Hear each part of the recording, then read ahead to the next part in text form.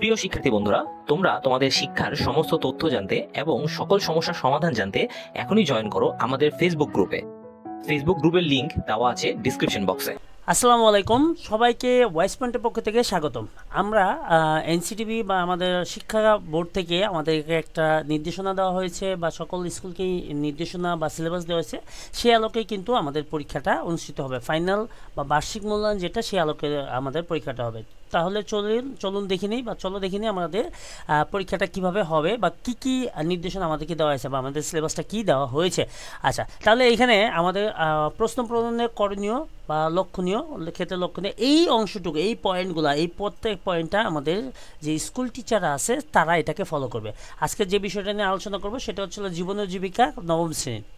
আমাদের এই বিষয়টা নিয়ে আলোচনা করবে। আমরা এটা চাইলে পড়তে পারি, না চাইলে নাই আর কি। এটা সম্পূর্ণ টিচারদের উপর ডিপেন্ড করবে। তো আমরা এটা আর পড়ছি না, আমরা এটা নিয়ে আলোচনা করছি না। এটা টিচারদের যদি কোনো ইস্যুস থাকে সেটা অবশ্যই, বা কারো এইটা যদি নিয়ে কোনো ইস্যুস থাকে বা কোনো কোশ্চেন্স থাকে সেক্ষেত্রে আমাদের কমেন্ট সেকশনে জানাতে পারো, আমাদের হচ্ছে ফেসবুক গ্রুপে জানাতে পারো, ফেসবুক যে চ্যাট গ্রুপ আছে চ্যাট গ্রুপে জানাতে পারো। সেটা নিয়ে আমরা আলোচনা করবো। তাহলে আমাদের যেটা প্রয়োজন সেটাতে আমরা সরাসরি চলে যাই। আমাদের প্রয়োজন হচ্ছে বার্ষিক পরীক্ষা পাঠক্রম।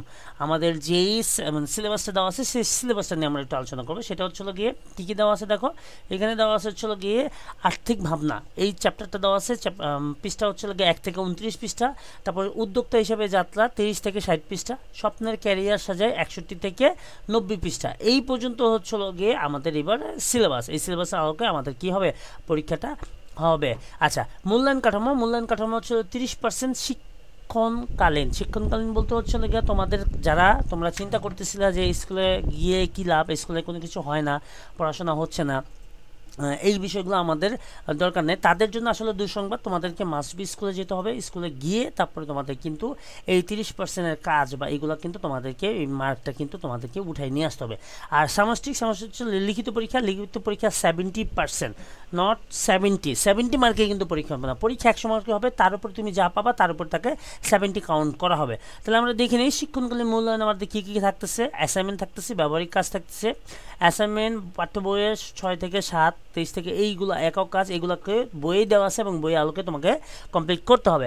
তারপরে অনুসন্ধানমূলক কাজ বা যেটাকে আমরা বলি হচ্ছিল গিয়ে গ্রুপ কাজ বা প্রজেক্ট, এইটাও তোমাকে কি করতে হবে, একত্রে করতে হবে। এইখানে কথা হচ্ছিল গিয়ে তোমাদের যদি কোনো গ্রুপ কাজ বা কোনো প্রকল্পতে তোমাদের যদি কোনো ইস্যুস থাকে, বুঝতে অসুবিধা হয়, তাহলে অবশ্যই আমাদের ফেসবুক পেজ বা আমাদের যে গ্রুপ আছে, গ্রুপকে নক করলে তোমাদের এই প্রতিবেদন বা প্রকল্পটা আমরা তোমাদেরকে ভালোভাবে প্রপারলি, যাতে তোমরা 10 মার্ক পাও, 10 আউট অফ 10 পেতে পারো, সেই ক্ষেত্রে কিন্তু তোমাদেরকে সহযোগিতা আমরা করতে পারি। তোমরা চাইলে আমাদেরকে নক দিতে পারো।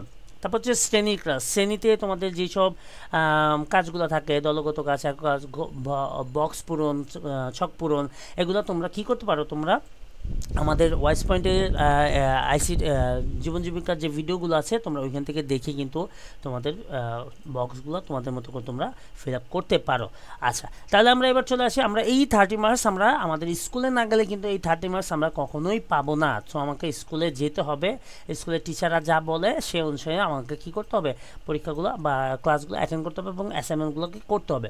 তাহলে আমরা চলো লিখিত পরীক্ষা চলে আসি। লিখিত পরীক্ষার মধ্যে আমাদের এখানে বলা হচ্ছে গিয়ে তোমার 100 মার্কের পরীক্ষা হবে। 100 মার্কের মধ্যে কী কী থাকবে সেটা আমরা বলি। নৈবিত্তিক থাকবে, মানে বহু নির্বাচনী প্রশ্ন, যেটাকে আমরা এমসিকিউ বলি। এক কথায় একটা প্রশ্ন থাকবে, এক কথায় উত্তর দিতে হবে। তারপর হচ্ছে গিয়ে সংক্ষিপ্ত, আচ্ছা, এই বহু নির্বাচনী থাকবে 15টা, এক কথায় উত্তর থাকবে 10টা, এই হচ্ছে 25 মার্ক। তারপর হচ্ছে গিয়ে সংক্ষিপ্ত প্রশ্ন উত্তর থাকবে 10টা, 10টা হচ্ছে 20 মার্ক, 2 করে 10টারই উত্তর দিতে হবে, 2 করে মানে মার্ক আর কি। রচনামূলক প্রশ্ন দৃশ্যপটবিহীন, ঠিক আছে, 5টা থাকবে, 3টা অ্যান্সার দিতে হবে, যেটা তোমরা বই থেকে খুব ভালো করে অ্যানালাইসিস করে তারপরে তোমরা পড়বে, ঠিক আছে। তারপরে হচ্ছে এখানে 5 মার্ক করে 3টা প্রশ্নের উত্তর 15 মার্ক। তারপর রচনামূলক প্রশ্ন আবার থাকবে দৃশ্যপট নির্ভর, মানে কোনো একটা ছবি দিয়ে দিবে, সেই ছবি থেকে তোমরা তোমাদের মতো করে অ্যান্সার নিজের মতো করে লিখবে। প্রতিটি দৃশ্যপটের বিপরীতে 2টি অংশ থাকবে, 2টা অংশ, বা আমরা এটাকে বলি ক এবং খ। এইভাবে তোমাদের প্রশ্ন থাকবে আর কি, সে আলোকে তোমাকে কী করতে হবে, তোমাদেরকে অ্যান্সার করতে হবে। 100 মার্কে প্রাপ্ত শিক্ষার্থীকে মানে 100 নম্বরের মধ্যে শিক্ষার্থী প্রাপ্ত নম্বরকে 70% কনভার্ট করা হবে। এভাবে করে তোমাদের 3 ঘন্টার একটা পরীক্ষা হবে। 3 ঘন্টার পরীক্ষার মধ্যে 100 মার্ক হবে। 100 মার্কের মধ্যে তুমি যা পাবা তার 70% এখানে কাউন্ট করা হবে, আর বাকিটুকু এই 30 মার্কস থেকে তোমাদের কাউন্ট করা হবে।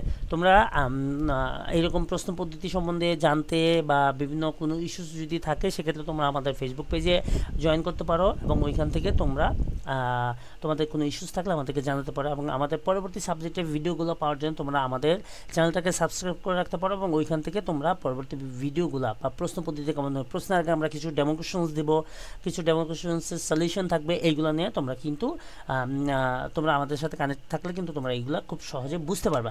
তাহলে আজকের মতো এই পর্যন্তই, আশা করছি ভালো থাকবে, এবং পরবর্তী সাবজেক্টগুলোর জন্য, পরবর্তী সাবজেক্টের এই মানবন্ধনগুলোকে ভালোভাবে বোঝার জন্য তোমরা আমাদের চ্যানেলটাকে সাবস্ক্রাইব করে রাখতে পারো। তো সবাই ভালো থাকবে।